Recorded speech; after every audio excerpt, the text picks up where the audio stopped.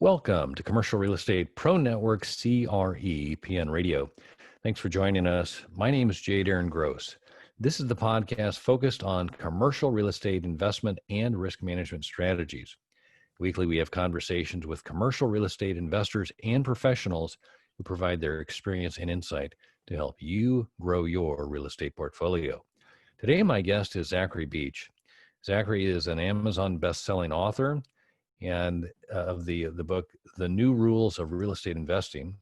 And he's also the co-host of the Smart Real Estate Coach podcast. And he's also a partner and COO and coach at Smart Real Estate Coach. And in just a minute, we're going to talk with Zachary about working in real estate during these chaotic times and also buying and selling real estate on terms. But first, a quick reminder, if you like our show, CREPN Radio, there are a couple of things you can do. You can like, share, and subscribe, and please consider leaving a comment. We'd love to hear from our listeners. Also, if you want to check out how handsome our guests are, be sure to check out our YouTube channel, and that's at Commercial Real Estate Pro Network.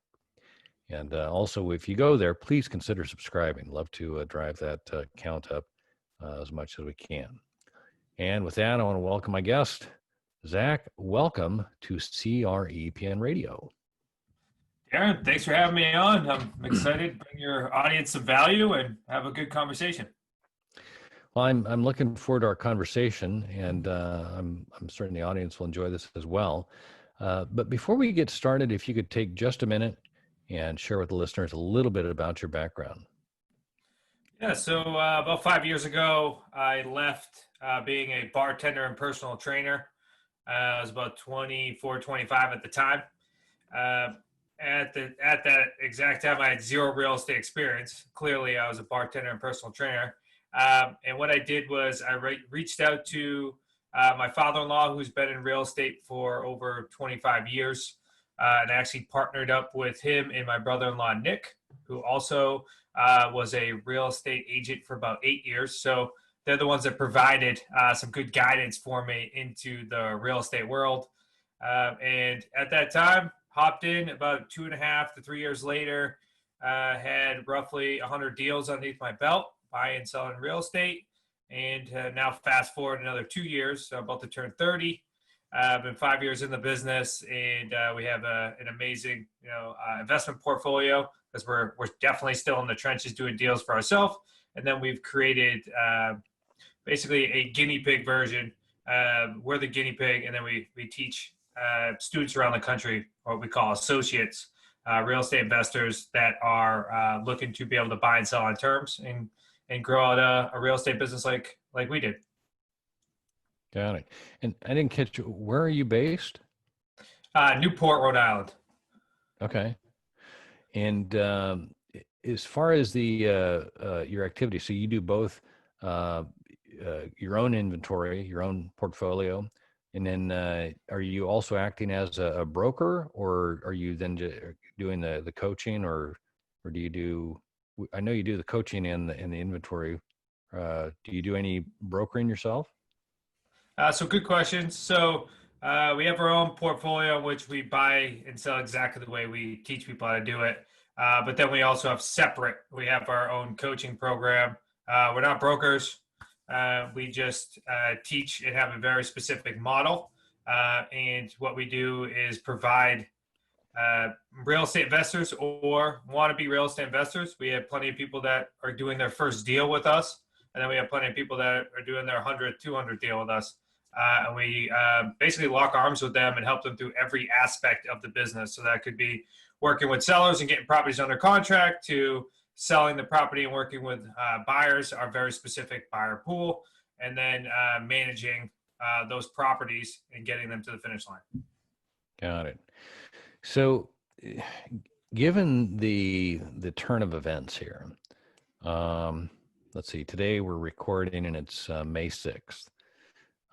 So by my calendar, we're a little over 2 months into this, depending on, when you were affected. When was Rhode Island? Are you guys in a shutdown mode, or Great. Yeah, we're in shutdown, but we're in a release mode basically starting May 8th. We have steps going towards letting us at least go back out into public.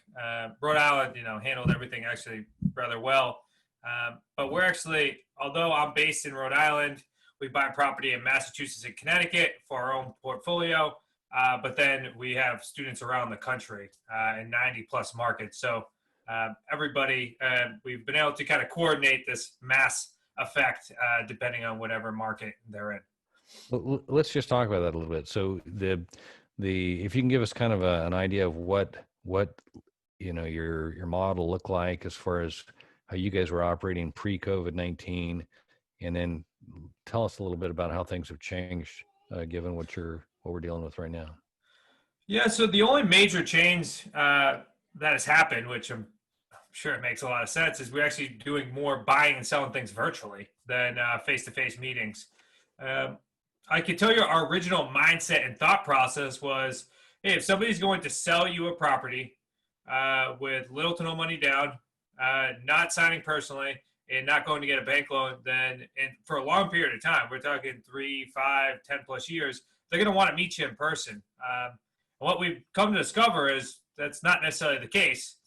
You could actually do these types of deals virtually from your house.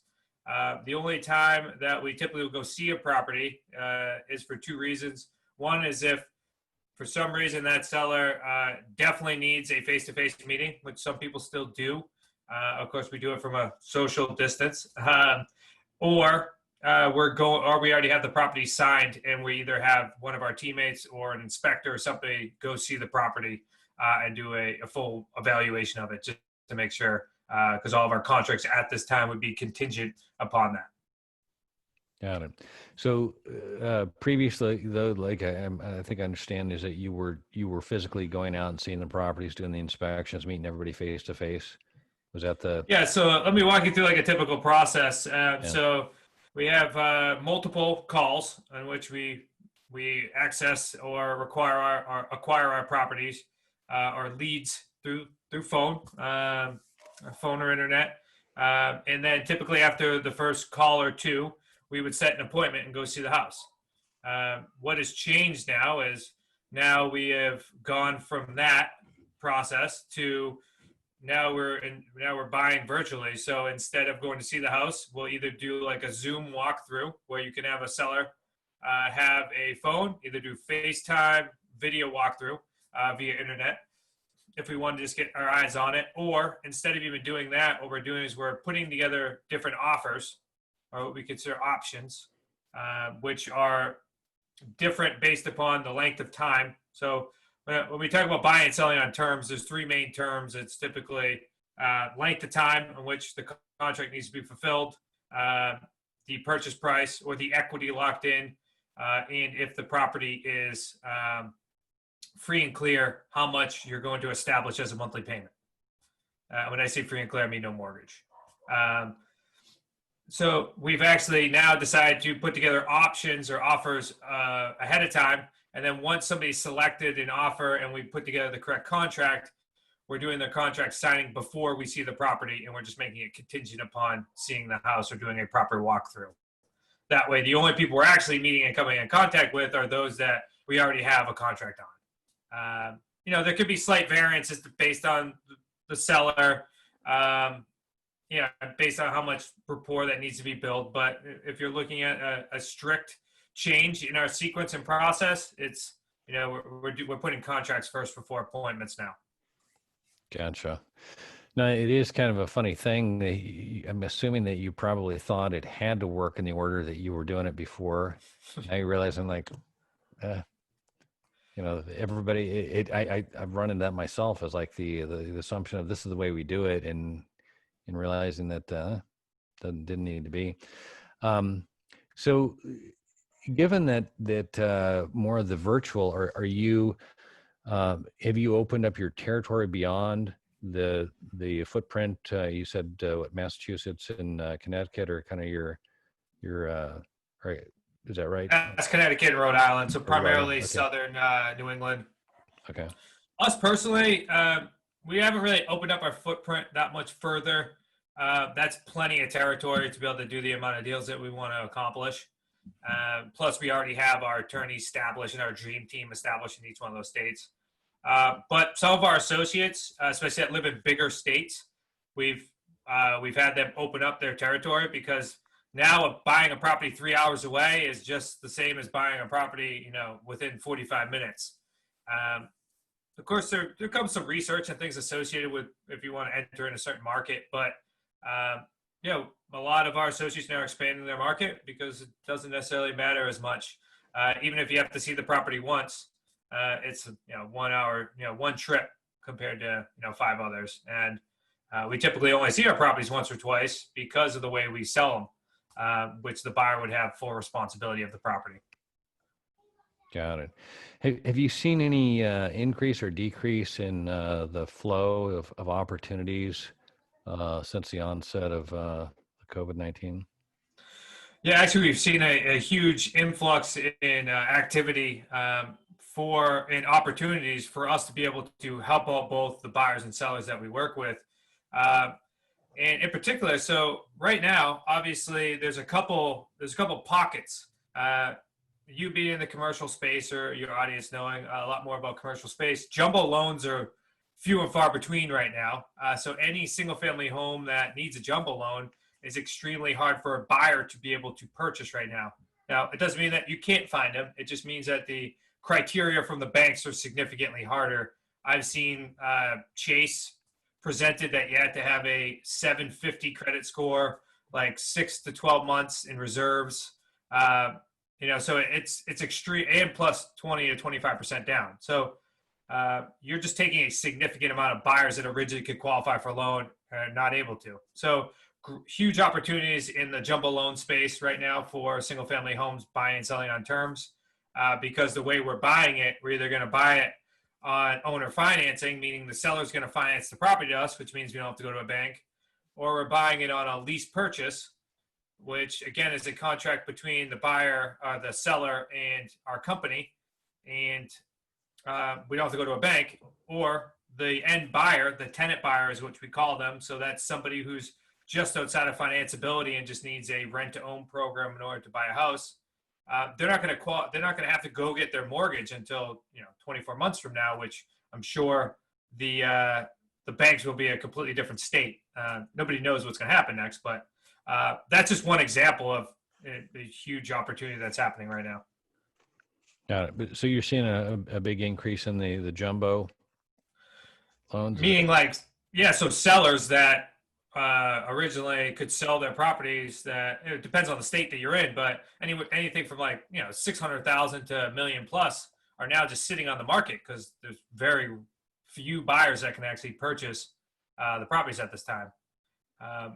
The other thing that we see as well as far as opportunity, because once you affect a traditional buyer, so somebody that's going to go get a loan, you affect basically the seller market, because now the sellers, there's going to be overabundance of inventory and no buyers to be able to qualify for them. And right now there's an extreme tightening of qualifications for banks. So now all the sellers are sitting on the market and are expiring from their traditional listings. So now sellers are looking for new opportunities in order to sell their property. So as that buyer pool continues to build, meaning the ones that we work in, the ones that are outside of financeability right now, we're going to be able to make we were able to provide a significant solution to sellers that are now expiring from the market, and those who are selling their property on their own that can no longer find these buyers to sell their property to. Got it. And are you, as far as your marketing efforts, do you market to the seller, or do you market to the buyer, or to both? So the way our typical process is, it's the opposite of like a wholesale method, which is wholesale is like build your buyers list and then go get houses to sell to. What we do is we work with, and we have a small team of typically virtual assistants and a CRM that has some automation set up with it. And we market directly to sellers. Once we acquire properties or buy properties from the seller, we would then present it and market to our pool of buyers. across the country, this is even before, this pre-COVID, it's roughly 70 to 80% of buyers could not qualify for a traditional loan in general. So now that COVID is hitting, that number is growing. So finding buyers typically is never the issue.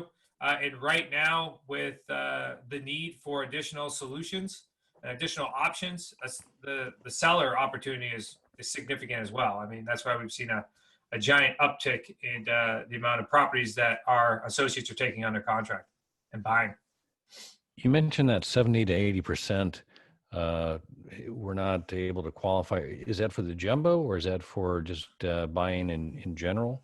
That was just for a traditional loan. Like, we're not even talking jumbo. Wow. It's gonna depend on your market, but if you're looking at the criteria based upon somebody that had a credit ding, which we were just starting to see some of our buyers come out of '08. I mean, I know it's 12 years later, but some people were affected that much.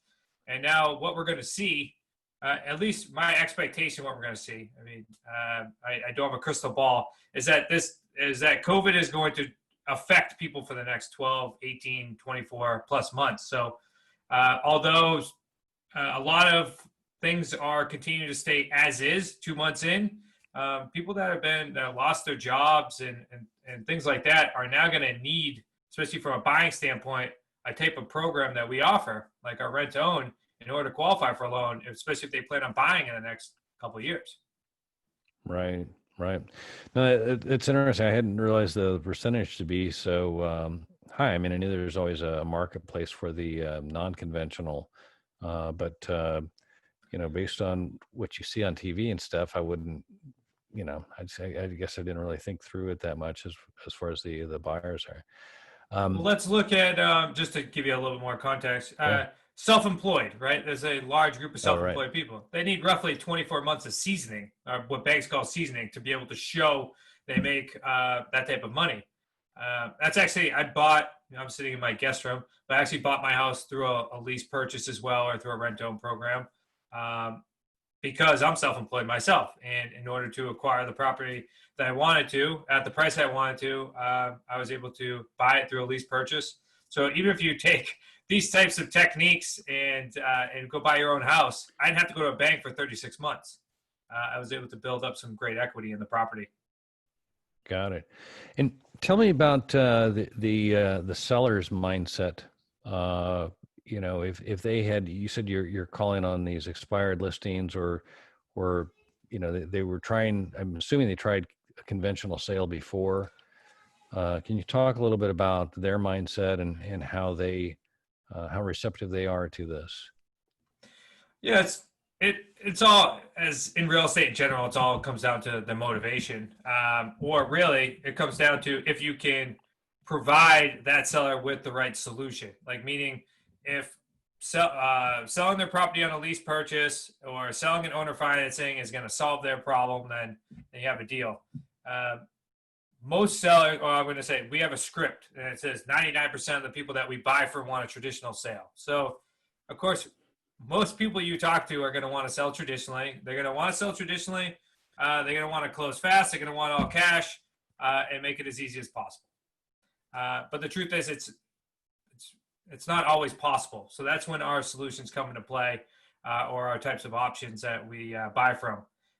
So it's all about meeting a seller where they are, and if you are able to provide the solution to that motivation, or to their actual need. We went over what their wants are, but what is their actual need? Is their need that they have 2 mortgages and they just moved out of state now? Is their need that they need some mortgage relief? Is their need that, they want to push off some of their capital gains? So it's all about discovering what their actual need is, and can you provide that solution? So it takes a little bit of time in order to, I'd say, hone in on your skills in order to figure out if you could actually help somebody.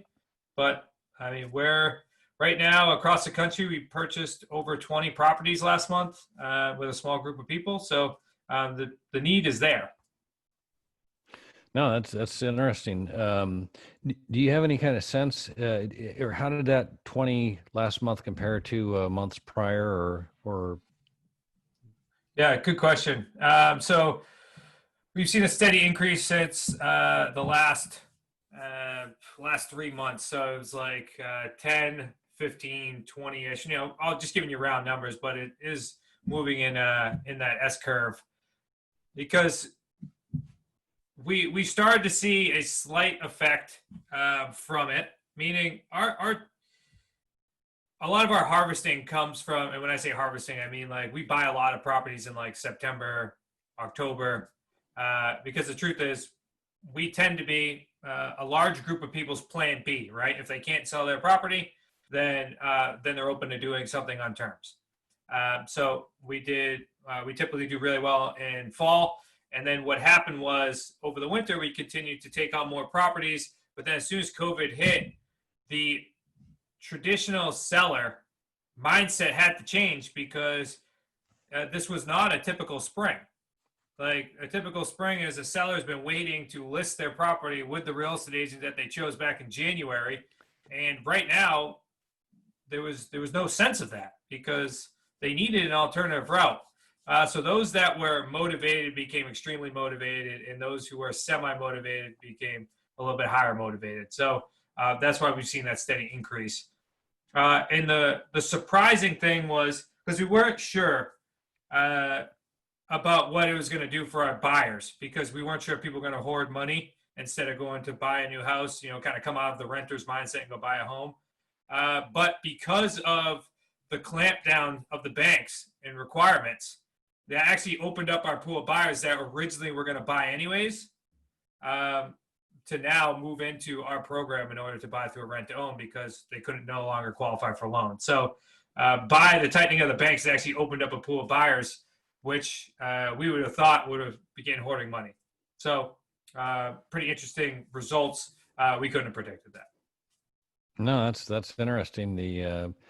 Where just being positioned properly can you're positioned to take advantage of, and I don't say take advantage of, but to be the solution that was not available to people through traditional means. So that's interesting. I hadn't thought of that. The great thing was, or I would say the great thing, but we luckily as a family learned from our lessons. My father-in-law, Chris, back in 2008 got crushed. So that's why we built the business, or that's why he originally started the business, to buy and sell on terms, because you're not using your own cash, you're not signing things personally, you're not going to banks for these. So we actually positioned ourselves outside of the traditional means or the traditional way of buying and selling. And once COVID came, people could no longer do traditional. So they had to start looking for alternative solutions. So we just happened, I'd like to say we got lucky in a way, but we positioned ourselves in a place that we could provide solutions with alternative or creative financing, and just the need for that is now increased. And I would expect it to increase for the next 3 to 5 years. Got it. So you mentioned you first you position yourself where you guys do you purchase the property and then lease it to the buyer? So are you kind of in the middle there, and from the seller to the buyer? How's that? Yeah, so let's just walk through one of our options. So a sandwich lease, it's called. So you're actually talking perfect right in the middle. Sandwich lease means that you're going to agree upon a price with a seller. You're going to agree upon a definitive end date with the seller, or what we call like a length of time or a term. And you're also going to be taking over, let's just use this example, they have a mortgage. They're going to be taking over any and all responsibilities of the property, including the mortgage, taxes, insurance, any and all future repairs, any and all responsibilities. The really cool nugget that I just want to throw in here is you're actually not necessarily agreeing upon a purchase price, but you're actually agreeing upon a locked-in amount of equity in the house. So actually every month that you are collecting from your buyer and making a payment, you're benefiting from the principal paydown, which is a fantastic way to build equity and build wealth in this business. And then once you have all that tied up with your seller, you're then going to, since you have control and equitable interest in the home, you're going to sell the property for an increased price, a shorter term, and a higher monthly payment. And you're going to be positioned in the middle to be collecting from your tenant buyer and then paying the expenses on the other property. So easy way to kind of look at it is like you're almost like Uber. with a lease purchase, you control everything, but you don't necessarily own it. No, it's interesting. I am a little bit familiar with the concept. It's something that is clearly an option, and it's I think the percentage thing you mentioned, 70 to 80%, and even recognizing the self-employed, how much of the self-employed are affected by that number. It's you can't necessarily go and qualify for a traditional financing. I know some of my wealthiest clients have conveyed to me that they don't qualify for conventional financing based on just the way their source of income. It's they're not getting a W-2 from a recognizable name, household name that the underwriter can feel comfortable with, expecting. It's pretty crazy. Yeah. Well, plus being self-employed, right? When you're not trying to qualify for something, you always want to make as much money and pay the least amount of taxes. I mean, that's why you're a business owner. But once you have to change your entire way of operating once you go try to qualify for a loan, which means you got to show as much money as possible. That way, then the bank can recognize it and qualify you for that traditional loan. So, and that takes roughly 24 months to be able to prove that and show that. So what we're doing is we're giving self-employed people the opportunity to agree upon a price, lock in their price today, live in the house that they want to buy while they're going through that process. Gotcha. And as you in the middle, you negotiate the purchase price, and then you're building equity, and you also get a little bit on the difference between the mortgage and the rent you're collecting. Is that correct? Yeah. So that's be a good introduction to. So we get paid three ways on each one of these deals. We get paid from the non-refundable deposit that we collect from our buyer, because our buyers are locking in a price. We're typically going to raise the price for a premium because we're selling it to them in, say, 24 to 36 months down the road. We collect a non-refundable deposit that typically sits between 5 and 10% up front. And then over time, what we'll do is we'll help them increase that deposit as well. So when they go to a bank, they'll be able to qualify for the best loans, not just any loan. So that's one way we get paid. The second way we get paid is we call pay number 2, which is the spread, which is the difference between what you have to pay either the homeowner or the mortgage company and what you're collecting from your buyer. And then pay number 3 would be the increased equity in the property, because as I mentioned earlier, you're benefiting from the principal pay down. So, $500 a principal coming off your mortgage every single month, that's $6,000 a year. I mean, that's some significant, over a 36, 18 grand that you're building up. Plus, if there's any additional premium left on the back end, you'll get that as well. So that's our 3 paydays. If you don't mind, I would include one of our YouTube links. Just go to our smartrealestatecoach.com/YouTube or youtube.com/smartrealestatecoach. And we have over 100+ deals on there that we've structured either ourselves or with students. So you'll be able to see the nuances and kind of see how we've created these deals in order to create those 3 paydays. Got it. Hey, question for you. Doing the lease, since you are taking possession, are you getting any depreciation on the property? No, not on those, okay. Because depreciation will, of course, follow the title. So okay, what we're doing is we're going to be paying everything for the seller. We're contractually obligated to make their mortgage payments, make the taxes, make those tax payments and all of that as well. Seller actually still benefits from depreciation. That's why, of course, buying on our other 2 options, which I don't know if we have time for today, but the other 2 options, which are owner financing and buying subject to the existing loan, you're getting depreciation because you're going to hold title. If you don't mind, if we do have just a minute, if you want to go through, just kind of give us the distinguishable difference between what we've been talking about and those other 2 options. Yeah, so with an easy way to think about with a lease purchase, title transfers before the end of the term. Owner financing, the title is going to transfer at the beginning of the term. So what you're going to be doing is you're going to be agreeing upon a price with a seller. You're then going to be closing on the property. And I'm just going to assume in this example that the property is free and clear, debt free. So then the seller is actually going to finance and hold the mortgage. And you're going to be paying the seller. Typically, the way we structure those, if it's like 5 years or less, it's usually principal only payments. Of course, if we can structure it out, meaning 0% interest. If anything typically longer than that, we continue to try to get 0% interest. But if we're doing 10, 20, 30 years, typically a seller wants interest on the property. So that's the way we structure it. So you hold title, seller holds the mortgage.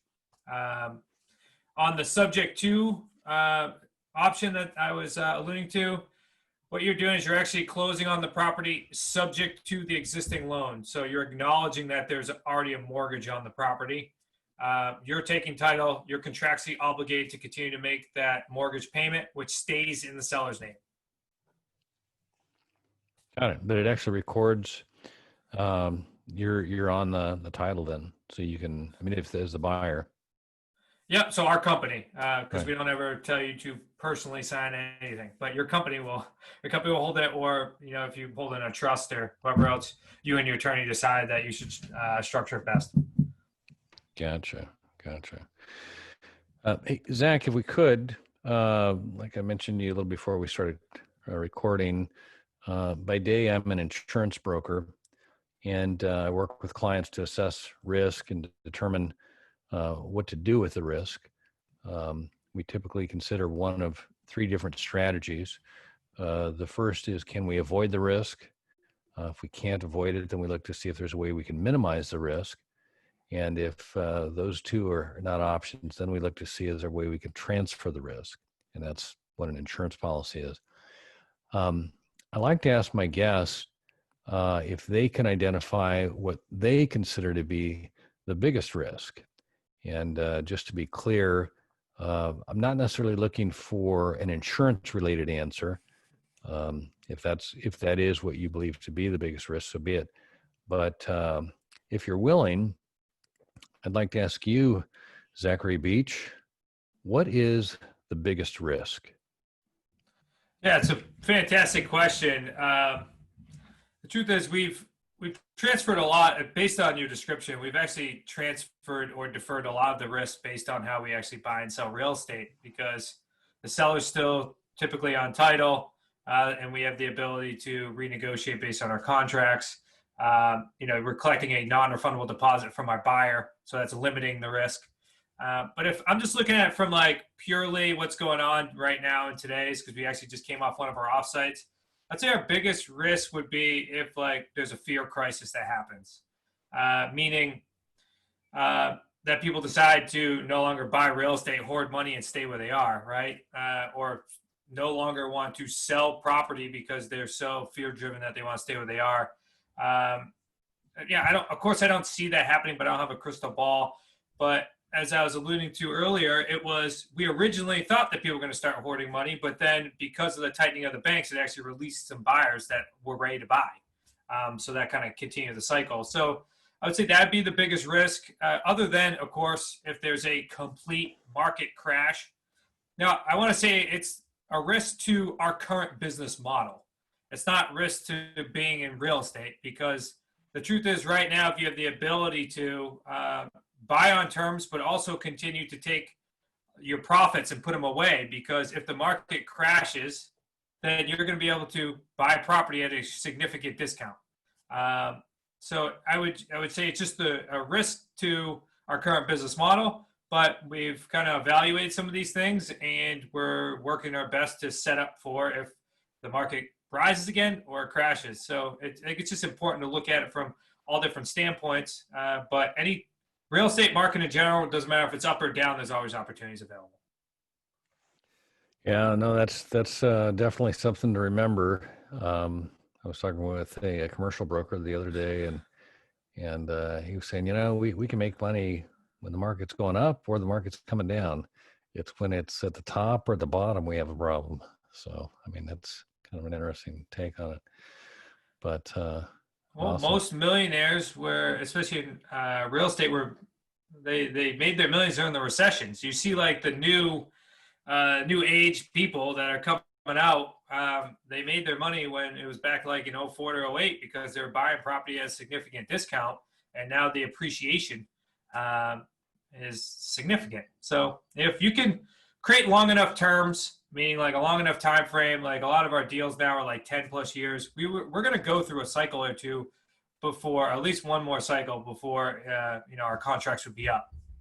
So that's how we mitigate a lot of our risk. Gotcha. Zach, where can the listeners go if they would like to learn more and or connect with you? Yeah, so there'd be two things I would do to learn more about how we operate in like a very efficient period of time. I would just go to smartrealestatecoach.com/webinar. My father-in-law, he does a 45-minute webinar that breaks down like where we acquire leads, how we do deals. It gives you the basics that we can kind of wrap your head around it and start diving in. If you want a call with one of us, we'd be happy to chat with you. You just go to smartrealestatecoach.com/action. There's just a quick 6 steps, which are just a couple questions in order to set up what we call a strategy call, which we can, answer, evaluate what you're looking to do and point you in the right direction, give you a nugget or two. Got it. Zach, I can't say thanks enough for taking the time. I've enjoyed our talk today. I've learned a lot, and I hope we can do it again soon. Darren, pleasure's all mine. All right. For our listeners, if you like this episode, don't forget to like, share, and subscribe. Remember, the more you know, the more you grow. That's all we've got this week. Until next time, thanks for listening to Commercial Real Estate Pro Network's CREPN Radio.